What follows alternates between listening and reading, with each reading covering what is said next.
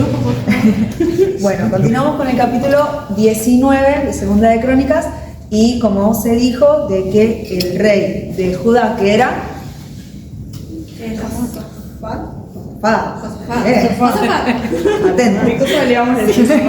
No puse el nombre. Bueno, entonces, ¿qué pasó con Josafat? ¿Volvió vivo o muerto? Vivo. Vivo, muy bien. Pero regresó sano a Jerusalén, pero un profeta salió a encontrarlo y a reprenderlo también, porque ¿qué había hecho? Había hecho alianza con Acab, un idólatra. Venía bien, pero ahí falló. ¿Quién es este profeta? Jehú, que es el hijo de Ananí, que recién fue el profeta que había amonestado también a Josafat. A Asa. Bien, él es el hijo que vino a amonestarlo a Josafat, diciéndole: ¿cómo vas a ayudar a un malvado, a un impío? ¿Por qué amás a los que aborrecen a Jehová? Diciendo: ¿qué hiciste? ¿Cómo vas a hacer alianza con él? Hiciste amigo de la gente que odia a Dios. Y Dios por eso ha derramado una ira contra ti. Pero sin embargo, le agradó que haya destruido todas las imágenes de acera, los lugares altos como ya habían compartido, y también vio que dispusiste tu corazón para buscar a Dios. Entonces, como que tuvo misericordia del Señor porque vio esa acción de Josafat, rey de Judá. Entonces Josafat habla a su pueblo y también nombra a jueces. Como Josafat vivía en Jerusalén, pero también empezó a recorrer todo el territorio de Judá, como viendo de si se había arrepentido por lo que había hecho, y todo el pueblo vio que él hizo alianza con un idólatra, entonces él tenía que ver cómo estaba el pueblo, si también había caído en esa idolatría. Si el rey lo hizo, ¿qué iba a hacer el pueblo? Entonces Josafat empezó a recorrer todo el territorio y le hablaba a toda la gente para que se arrepintiera y volviera a Dios y que adorara al Dios de Israel. Al mismo tiempo iba nombrando jueces en todas las ciudades de Judá y a los jueces les decía: ustedes van a ser los representantes de la justicia de Dios, no de la justicia humana. Por eso tienen que ser muy cuidadosos en cumplir con su deber. Respeten siempre a Dios y recuerden que Él no acepta injusticias, que Él no va a ver bien si ustedes favorecen a uno más que a otro, o sea, si hacen acepción de persona, el Señor no lo va a ver bien, y que tampoco le den la razón a alguien porque le pagan, o sea, porque lo comen por un soborno. Dios lo va a ayudar en todo si son justos en todo lo que hacen. Y que sea con ustedes, le dice Josafat, el temor de Jehová. En la ciudad de Jerusalén, Josafat eligió a algunos sacerdotes como ayudantes para que sirviesen como jueces, por lo que dije recién, y para que resolvieran los problemas de toda la gente. Y para que cumplan con su trabajo como Dios les manda. Es necesario que siempre obedezcan a Dios y hagan su trabajo con toda honestidad. A ustedes, a los que había nombrado, tienen que enseñarle a sus hermanos a obedecer a Dios en todo lo que Él diga, a que ellos tenían que resolver cualquier problema, o sea, eran jueces para recordarle que tenían que obedecer a Dios y también a resolver problemas. Por ejemplo, de asesinatos o de otras cosas, ellos iban a ser encargados de resolverlo. Díganle a toda la gente que no peque contra Dios, porque si no, Él los va a castigar. Y les dice Josafat: sigan mi consejo y no van a tener que arrepentirse. Y entonces puso como jefe a Amarías, jefe de los sacerdotes. Él lo iba a guiar en todos los asuntos de Dios. Si alguien necesitaba algún consejo de parte de Dios, se tenían que dirigir a Amarías. Y también puso a Zebadías, jefe de la tribu de Judá, que los va a ayudar en los problemas, en los asuntos que tengan con el bienestar del reino, con todo el pueblo. Ellos dos iban a estar ayudándolos en todo el territorio de Judá, y Dios los va a ayudar a hacer todo el bien. Y los levitas también los iban a ayudar en todo lo que le pidan. Dios los va a ayudar a hacer el bien, sean muy valientes y manos a la obra, le dice el Señor, Josafat, a estas personas para que tengan ese juicio y dirijan bien al pueblo. Bien. Ahora arrancamos con el capítulo 20. Josafat tiene una guerra pero está muy bueno este capítulo.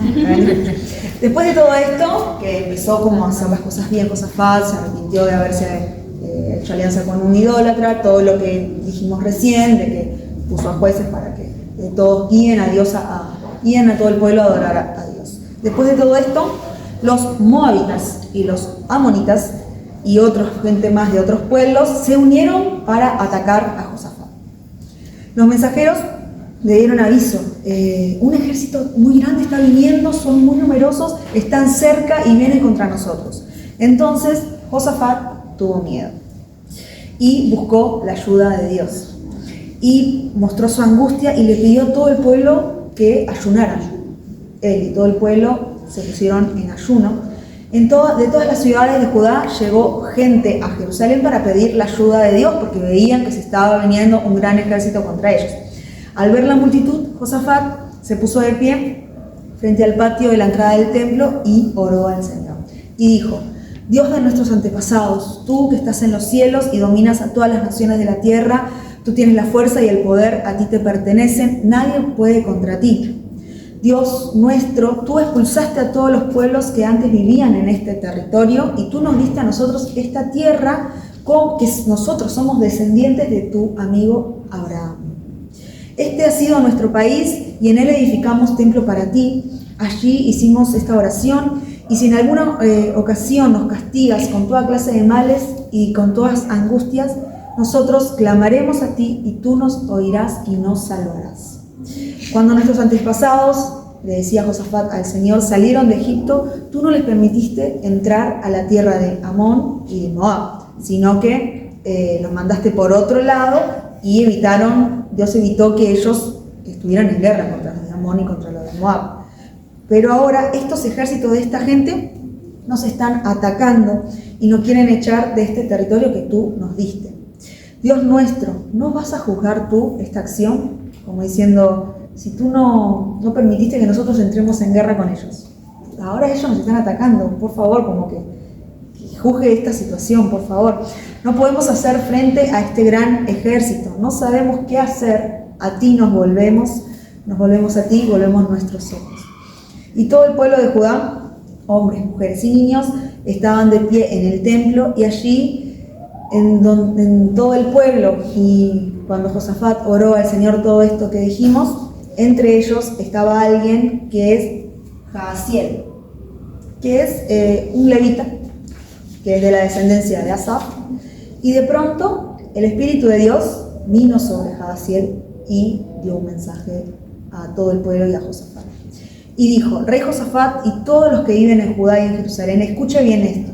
Dios dice que Él peleará contra este ejército tan numeroso. Así que no tengan miedo, porque no es vuestra guerra, sino la de Dios. Eso dijo el Señor a través de este levita. Y a la mañana siguiente, ellos subirán por la cuesta de Cis.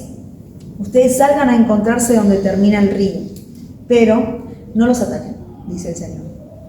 Mas paraos, estad quietos y vean la salvación de Jehová. Ellos tenían que ir, no hacer nada, porque como dijo, la guerra no era de ellos, sino de Dios. Y iban a ver la salvación de Jehová. Entonces Josafat se puso de rodillas y al tocar el suelo con la frente, y todos los que estaban con él también se arrodillaron ante Dios y lo adoraron. Mientras tanto, la tribu de Leví se pusieron en pie, alzaron la voz y empezaron a cantar alabanzas a Dios. Y al día siguiente se levantaron muy temprano, se prepararon para ir a ese lugar donde el Señor les dijo, y cuando iban saliendo de Jerusalén, Josafat se puso de pie y les dijo: escuchen con atención, todos los que viven en Jerusalén y en Judá, confíen en nuestro Dios y en sus profetas, y si lo hacen, todo saldrá bien y nada les sucederá. Luego Josafat se puso de acuerdo con todo el pueblo y eligió a varios cantores para que marchen frente al ejército y fueran cantando, alabando a Dios con el himno que dice: glorificad a Jehová, porque su misericordia es para siempre. Y los cantores marcharon vestidos, cantando esta canción, vestidos con sus trajes especiales. Y cuando empezaron a cantar, ¿qué pasó? ¿Qué creen que pasó? Apareció alguien. ¿Eh? Apareció alguien. Huyeron. Hubo victoria. Cuando empezaron a cantar, Dios confundió a los enemigos de Judá. Y fue tan grande la confusión que se empezaron a matar entre ellos, entre los amonitas, entre los moabitas, entre todos los otros pueblos que se habían venido para atacar a Israel. Se pelearon entre ellos y se mataron. Y así fue como cayeron derrotados ante el ejército de Dios, el ejército de Israel. Cuando el ejército de Judá llegó hasta el punto donde estaba donde se empezaban a matar entre ellos, empezaron a ver un montón de cadáveres. Y por todos lados no quedó nadie con vida, o sea, nadie se pudo escapar. Entre ellos se mataron todos. Entonces, Josafat y su ejército fueron a apoderarse de todas las cosas que quedaban, los despojos. Y eran tan grande cantidad que tardaron 3 días en recogiendo todas las cosas, las riquezas que habían quedado. Alimentos, ropa, utensilios, y todo eso se lo pudieron llevar. Así que Dios le dio la victoria, confiando, cuando tuvieron temor, no fueron a otros dioses, no confiaron en sí mismos, sino que fueron al Señor, dijeron, no sabemos qué hacer, vamos a ti, volvemos a ti, por favor ayúdanos, y Dios les dio la estrategia y les dio la victoria. Bueno, y dice que al cuarto día, luego de la batalla y de la victoria que Dios les había dado, el pueblo se reunió en un valle. ¿Sabe lo que es un valle, no? Como un lugar en las montañas, pero un lugar bajo. Y ese lugar se llamaba Baraca. Y se juntaron en este valle para poder bendecir a Dios. Ellos le pusieron Baraca porque esto significa bendición, porque ellos habían recibido Veraca. Veraca, ¿sí? Sí, Veraca, si me equivoqué, Veraca. Bueno, después dice que Josafat y el pueblo regresaron a sus casas, o sea, al país donde estaban, Judá, y fueron, bueno, dice que entraron a la ciudad cantando alabanzas, así como había dicho Cami, y dice que fueron con liras, arpas y trompetas, y se dirigían al templo para adorar a Dios. Dice que cuando los otros reinos se enteraron de lo que Dios había hecho con ellos, de que Dios los había ayudado, el temor de Jehová entró en ellos y no se animaron a atacarlos. Y dice que entonces el reino de Josafat tuvo paz porque Dios le dio descanso de sus enemigos, porque había infundido temor en ellos. Luego nos habla de los últimos años del reinado de Josafat y cómo fueron. Y ahí vemos si hizo bien o mal las cosas, porque no fue tan buena que digamos. Dice que Josafat comenzó a reinar a los 35 años y reinó 25 años. Josafat siguió los caminos de su padre Asa, que fue un buen rey, haciendo lo recto ante Dios. Sin embargo, no se eliminaron acá. Dice que no se eliminaron los lugares altos donde se practicaba la idolatría, como dice en otro pasaje. Eso me pareció raro, pero bueno. Y el pueblo no dirigió completamente su corazón ante Dios, sino que seguían teniendo ídolos. Dice que más tarde Josafat cometió un grave error al hacer alianzas con Ocosías. Ocosías, ¿de quién era hijo? ¿De quién se imaginan? Unas personas muy malas. Jezabel. Era hijo de Jezabel y de Acab. Muy bien. Y este rey era dado a la iniquidad, decía, o sea, era un rey muy malo, que dirigía al pueblo con maldad. Bueno, Josafat hace alianza con este rey, los dos reyes acordaron construir barcos, dice que era para llegar a Tarsis, ellos querían llegar a ese lugar. Acá todavía no cuenta el porqué. En ese momento, un profeta llamado Eliezer,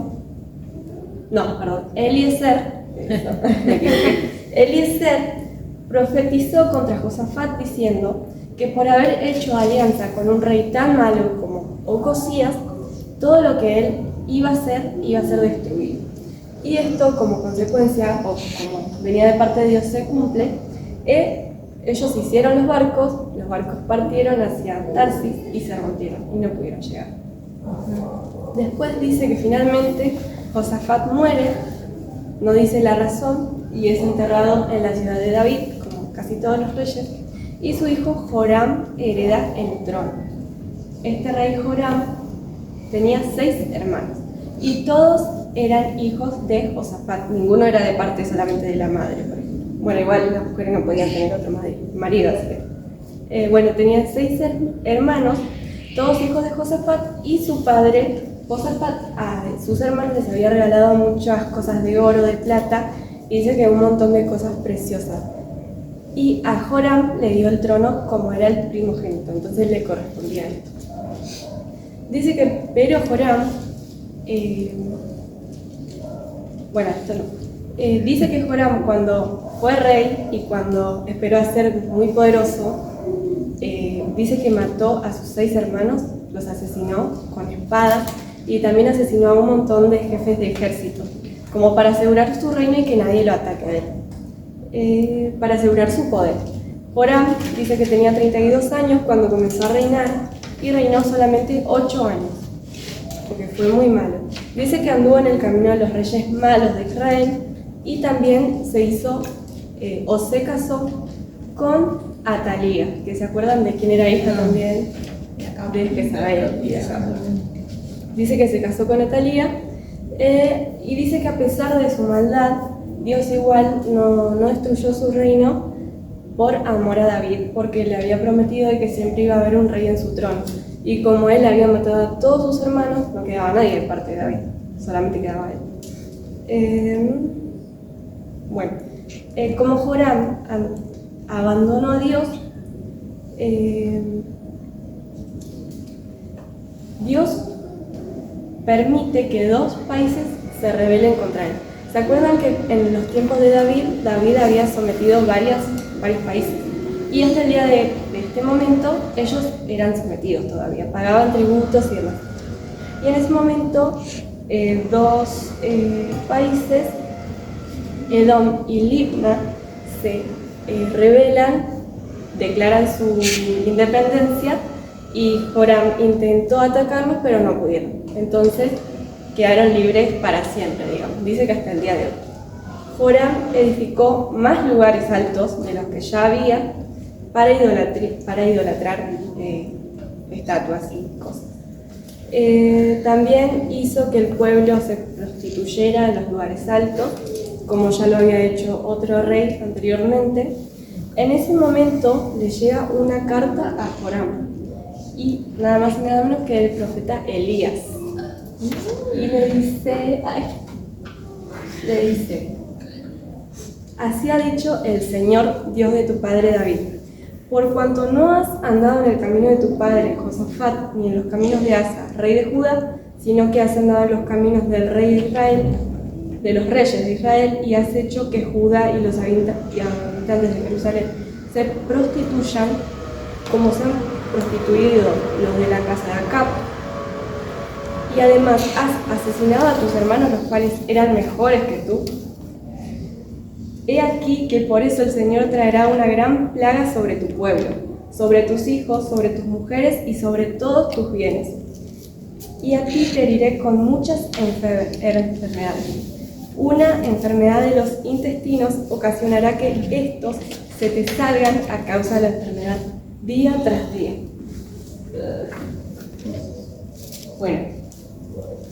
Dice que en ese momento siguen las consecuencias de haber abandonado a Dios. Siguen las consecuencias para Joram y para el pueblo. Dice que Dios levantó a los filisteos y a los árabes para que los atacaran. Ellos los invadieron, se llevaron sus riquezas, a sus esposas, a sus hijos, y solamente dejaron al hijo de Joram, que se llamaba Ocosías, o también llamado Joacás, ¿sí? Después dice que Joram fue afligido con esta enfermedad que había profetizado Elías, ¿no?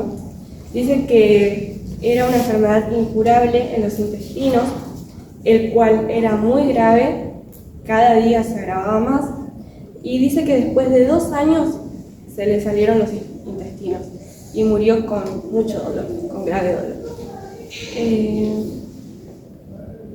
Murió sufriendo mucho, y después dice que Joram murió a los 40 años, tras 8 años de reinado, y dice que se fue sin ser deseado por nadie, o sea, por el pueblo.